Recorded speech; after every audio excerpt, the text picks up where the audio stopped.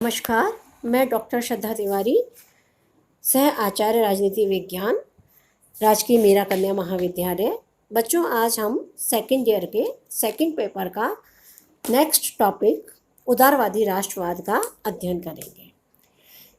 इसमें सबसे पहले बेटा उदारवादी राष्ट्रवाद का स्वरूप क्या रहा है उसके बारे में मैं आपको बताऊंगी। 1885 ईस्वी में कांग्रेस की स्थापना के पूर्व भी भारत में British India association, Indian association, Bombay presidency association और पूना की सार्वजनिक सभा आदि संस्थाओं द्वारा राजनीतिक क्षेत्र में कार्य किया जा रहा था, लेकिन इनमें से कोई भी संस्था अपने कार्य और स्वरूप की दृष्टि से राष्ट्रीय नहीं थी। कांग्रेस की ही ऐसी प्रथम संस्था थी जिसके संबंध में पंडित मदन मोहन मालवीय के शब्दों में हम यह कह सकते हैं कि भारत ने अपनी आवाज़ इस महान संस्था में पाई। अतः इस समय से ही कुछ अंशों में कांग्रेस का इतिहास ही भारतीय स्वाधीनता संग्राम का इतिहास बन गया। 1885 से लेकर के 1947 तक भारतीय स्वतंत्रता के लक्ष्य की प्राप्ति के लिए कांग्रेस द्वारा जिन विभिन्न रूपों में कार्य किया गया, उसके आधार पर कांग्रेस के भारत इतिहास या भारत के स्वतंत्रता आंदोलन को 3 कालों में विभाजित किया गया। पहला, उदार या नरम राष्ट्रीयता का काल 1885 से लेकर 1905 तक। इसमें बेटा कांग्रेस के 20 वर्षों के इस प्रारंभिक काल में उदार अथवा नरम राष्ट्रीयता की प्रधानता रही। इस युग में कांग्रेस किसी भी प्रकार एक क्रांतिकारी संस्था नहीं थी। इसके नेताओं ने ब्रिटिश सम्राट के प्रति विश्वास तथा सहयोग की नीति अपनाई तथा वे याचना, स्मृति पत्रों और प्रतिनिधि मंडलों के आधार पर भारतीय जनता को राजनीतिक अधिकार दिलाने के प्रयत्न करते रहे। कांग्रेस के इस काल की सबसे बड़ी सफलता 1892 का भारतीय परिषद अधिनियम है। दूसरा, उग्र राष्ट्रीयता का काल 1906 से लेकर के 1919 तक। इस काल में कांग्रेस ने अपने प्रथम काल में ब्रिटिश शासन की आधारभूत न्यायप्रियता में विश्वास रखते हुए प्रार्थना पत्रों, स्मृति पत्रों और प्रतिनिधि मंडलों की जो नीति अपनाई थी, भारतीय जनता को उनके वांछित परिणाम प्राप्त नहीं हुए। अतः कांग्रेस के एक बहुत बड़े वर्ग, विशेषतया नवयुवकों में इस नीति के प्रति विश्वास नहीं रहा और 1906 तक कांग्रेस का नेतृत्व उन उग्र राष्ट्रवादियों के हाथ में आ गया। उग्र राष्ट्रवादियों ने कहा कि कांग्रेस को याचना की पद्धति छोड़कर अपने पैरों पर खड़ा होना चाहिए और ब्रिटिश शासन पर दबाव डाल करके शासन व्यवस्था में मौलिक परिवर्तन करवाने का प्रयत्न किया जाना चाहिए।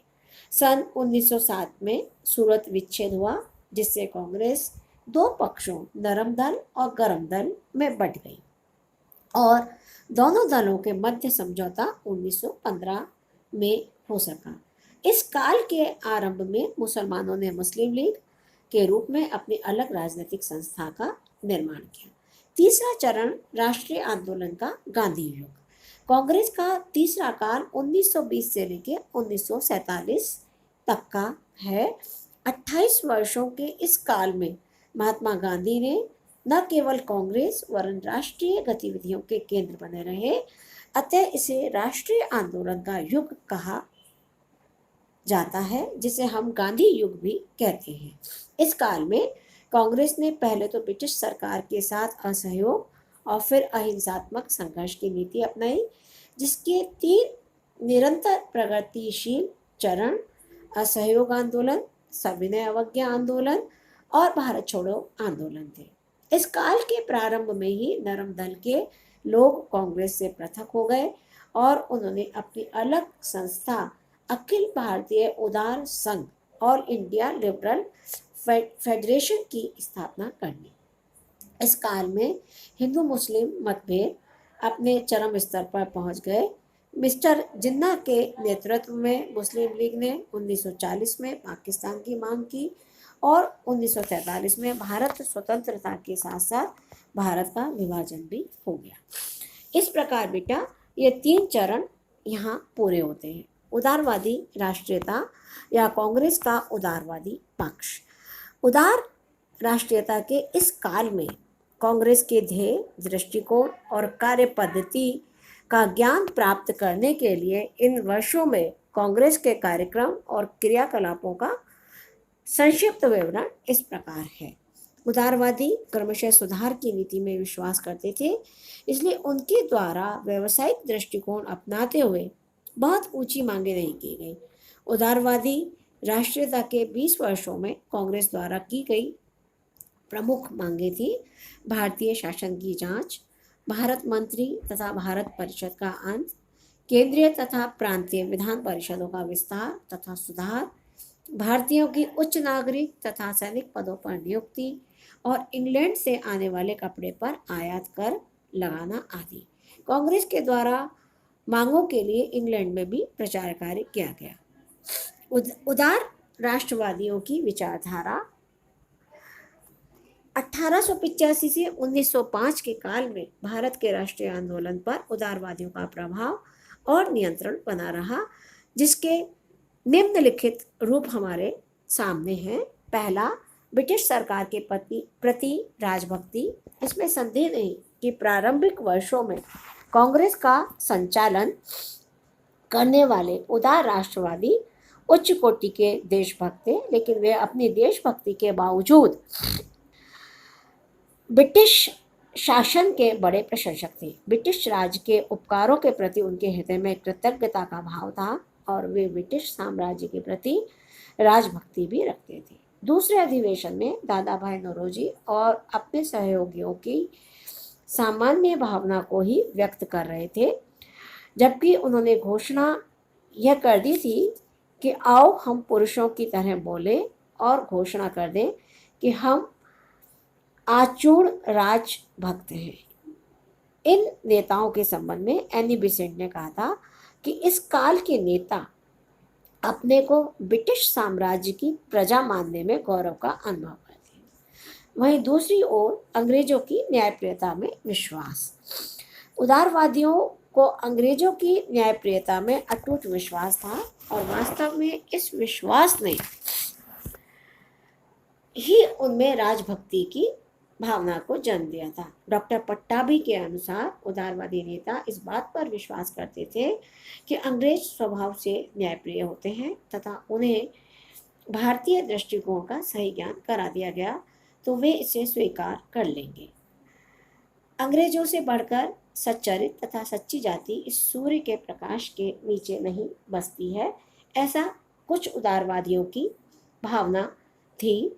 और यही हम तीसरे पॉइंट के ऊपर चलते हैं, ब्रिटेन के साथ संबंध भारत के हित में समझना। अधिकांश प्रारंभिक राष्ट्रीय नेता पश्चिमी शिक्षा के परिणाम थे और उनका विचार था कि ब्रिटिश शासन ने अंग्रेजी साहित्य, शिक्षा पद्धति, यातायात और संचार की व्यवस्था और स्थानीय स्वायत्त शासन के रूप में हमें एक प्रगतिशील सभ्यता प्रदान की और ब्रिटिश शासन ही आंतरिक अशांति और बाहरी आक्रमण से भारत की रक्षा करने में समर्थ है।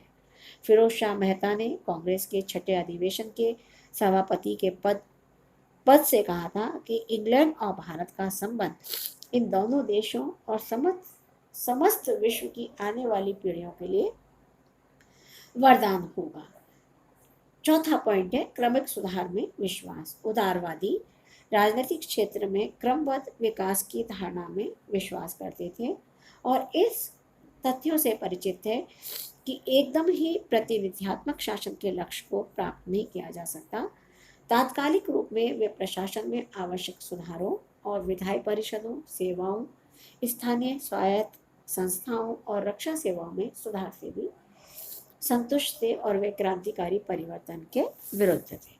नेक्स्ट, उदारवाद का लक्ष्य राजनीतिक स्वशासन की प्राप्ति। उदारवादी नेता यद्यपि सुधार में विश्वास करते थे, लेकिन इन वैधानिक सुधारों का अंतिम लक्ष्य भारतीयों के लिए स्वशासन की प्राप्ति था।